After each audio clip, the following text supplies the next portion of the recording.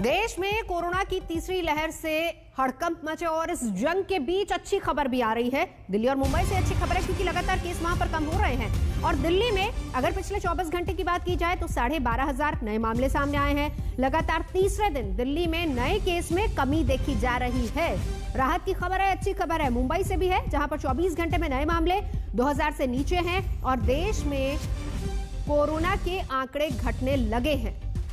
ठीक होने वालों की संख्या भी अच्छी खासी है, बढ़ रही है। देश में 24 घंटे में 3,48,421 नए केस सामने आए हैं।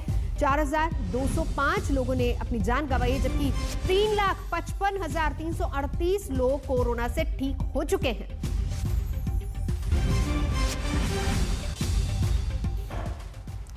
मेरे दो सहयोगी इस वक्त हमारे साथ जुड़ चुके हैं। कुमार कुणाल दिल्ली से, सौरभ बख्तानिया मुंबई से। दोनों ही जगह से अच्छी खबर आ रही है। कुणाल, पहले आपके पास आएंगे। इस बीच जहां एक तरफ सियासत वहीं दूसरी तरफ अच्छी खबर, क्या लॉकडाउन का असर है?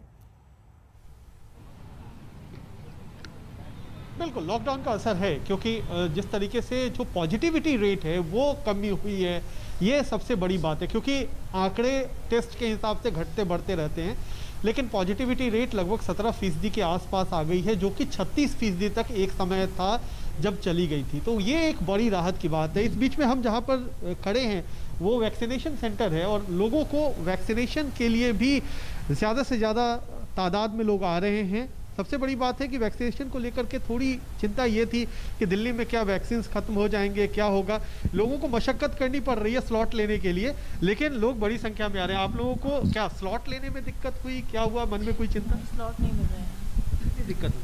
काफ़ी दिनों तक सर्च किया है, उसके बाद फिर जाके आज पूरी फैमिली में एक बंदे को मुझे मिला है बस।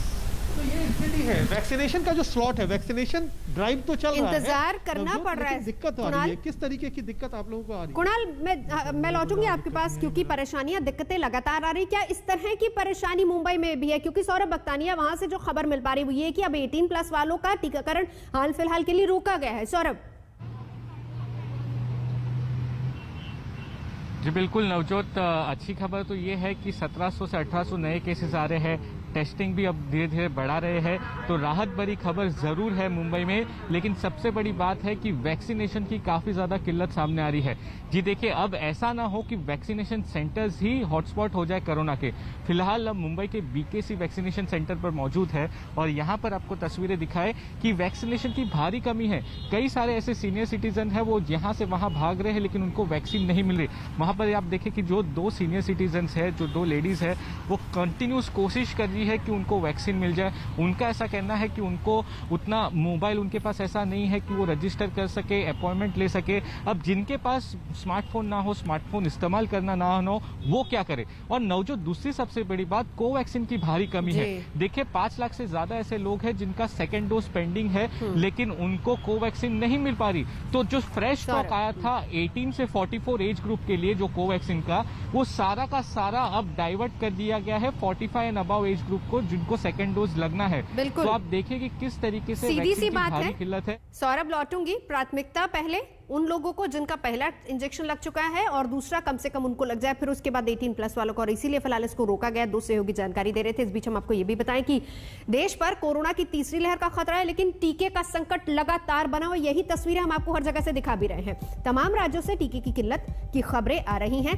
दिल्ली के मुख्यमंत्री अरविंद केजरीवाल ने कल प्रधानमंत्री नरेंद्र मोदी को खत लिखकर वैक्सीन का प्रोडक्शन बढ़ाने की मांग की थी। आंध्र प्रदेश के मुख्यमंत्री वाई जगनमोहन रेड्डी ने भी प्रधानमंत्री को खत लिखा था। कर्नाटक के मुख्यमंत्री येडियुरप्पा ने 2 करोड़ वैक्सीन की खरीद के लिए ग्लोबल टेंडर निकालने का फैसला किया है।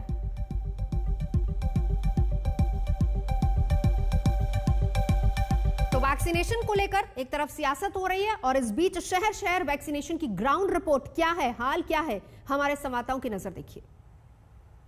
हम लखनऊ के लोहिया अस्पताल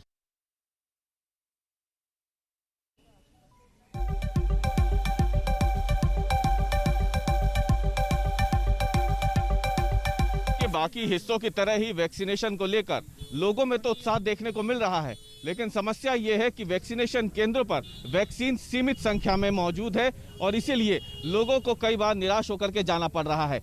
दूसरी समस्या यह है कि वैक्सीनेशन केंद्रों पर जब लोग पहुंच रहे हैं तो वहां पर कोई खास ऐसी व्यवस्थाएं नहीं है जिससे वो कोरोना से खुद को बचा सके। एक तरीके से देखा जाए तो सोशल डिस्टेंसिंग की धज्जियां पूरी तरीके से वैक्सीनेशन केंद्रों पर उड़ रही हैं। हम भोपाल के एक वीआईपी इलाके में इस वक्त मौजूद है जहां पर ये वैक्सीनेशन सेंटर बना है। सुबह से ही लोग यहां पर वैक्सीन लगवाने तो पहुंच गए, लेकिन समस्या ये है कि उन्हें फिलहाल वैक्सीनेशन सेंटर के बाहर इसी तरीके से रोड पे खड़ा रखा गया है, और क्योंकि यहाँ पे कोई इंतजामात यहाँ पे है नहीं ऐसे कि उन्हें सोशल डिस्टेंसिंग का पालन करना पड़े, या फिर कोई सर्कल यहाँ बनाए गए हों, या कोई पुलिस की ऐसी व्यवस्था हो जहाँ पे इन्हें समझाया जाए। और इसीलिए अगर आप तस्वीरों में देखें तो रोड पे जो चलती हुई सड़क है वहीं पर इन लोगों को खड़ा रख दिया गया है इस चिलचिलाती हुई गर्मी में, इस धूप में। हम लोगों से बात करते हैं कि सर ये बताएं, आपको लगता है कि यहाँ पे और बेहतर व्यवस्था हो सकती है? बिल्कुल हो सकती थी साहब, बुजुर्ग हैं, लेडीज हैं, सब धूप में खड़े हुए हैं। थोड़ा सा अगर व्यवस्था अंदर कर देते, कोई शेड बना देते तो बहुत अच्छा रहता। उसके अलावा कहीं किसी प्रकार के व्यवस्था कुछ ऐसी भी कर सकते थे, पानी रख सकते थे, ये कुछ व्यवस्था। जी आप बताएं। आप स्लॉट भी दिया है 9 बजे से लेके 1 बजे तक का स्लॉट भी दिया है, 9 से लेके 11 बजे तक। अंदर एंट्री नहीं दे रहे हैं, जबकि जगह ताला लगा के रखा हुआ है। अंदर जगह भी तो, स्पेस भी तो पड़ा हुआ है ना, अंदर एंट्री देना चाहिए इनको। रात में पिछले कुछ दिनों से कोरोना के मामलों में तो कटौती हुई है, लेकिन वैक्सीनेशन सेंटर पर बड़ी तादाद में लोग देखने मिल रहे हैं। आप देख सकते हैं यहाँ पे ये अहमदाबाद के स्वामीनारायण मंदिर का वैक्सीनेशन सेंटर है। मणिनगर में आया हुआ ये वैक्सीनेशन सेंटर है, और सुबह से ही यहाँ पे लंबी लाइन जो है वो वैक्सीनेशन के लिए लग जाती है।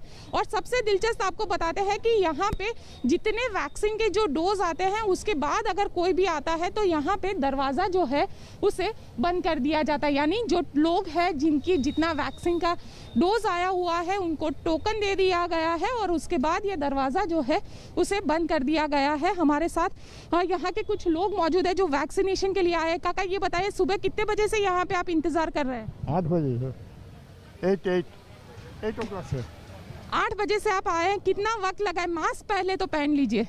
1.5 घंटा लगा अभी, 1.5 घंटा लगा अभी। क्या कहेंगे, इतनी भीड़ रहती है यहाँ पे वैक्सीनेशन के लिए? इससे पहले भी आए थे, परेशानी कितनी हो रही है? वैक्सीनेशन सेंटर बढ़ाना चाहिए, थोड़े वैक्सीनेशन में मजा नहीं है। ये बार बार लॉ बदलना नहीं चाहिए, और रूपानी ने बोलना कि ये decision low for ever low, spot wise decision मत लेना। IAS ऑफिसर बैठे हैं, क्या करते हैं वहाँ? IAS IPS ऑफिसर बैठे हैं, क्या मैनेजमेंट करते हैं? राजस्थान में जिस तरह से वैक्सीन की कमी है और वैक्सीन लगाने वालों की भीड़ लग रही है वैक्सीनेशन सेंटर पर, ये देखिए आपको दिखाना चाहते हैं किस तरह से लोग यहाँ पर भीड़ लगाए हुए हैं।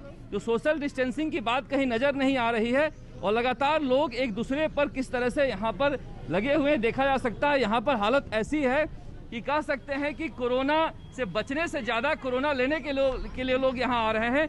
अब देखिए ये हालत है कि 60 साल से ऊपर के लोगों के राजस्थान में अभी भी 27 लाख लोग बचे हुए हैं, और राजस्थान सरकार के पास मात्र 2 लाख वैक्सीन है।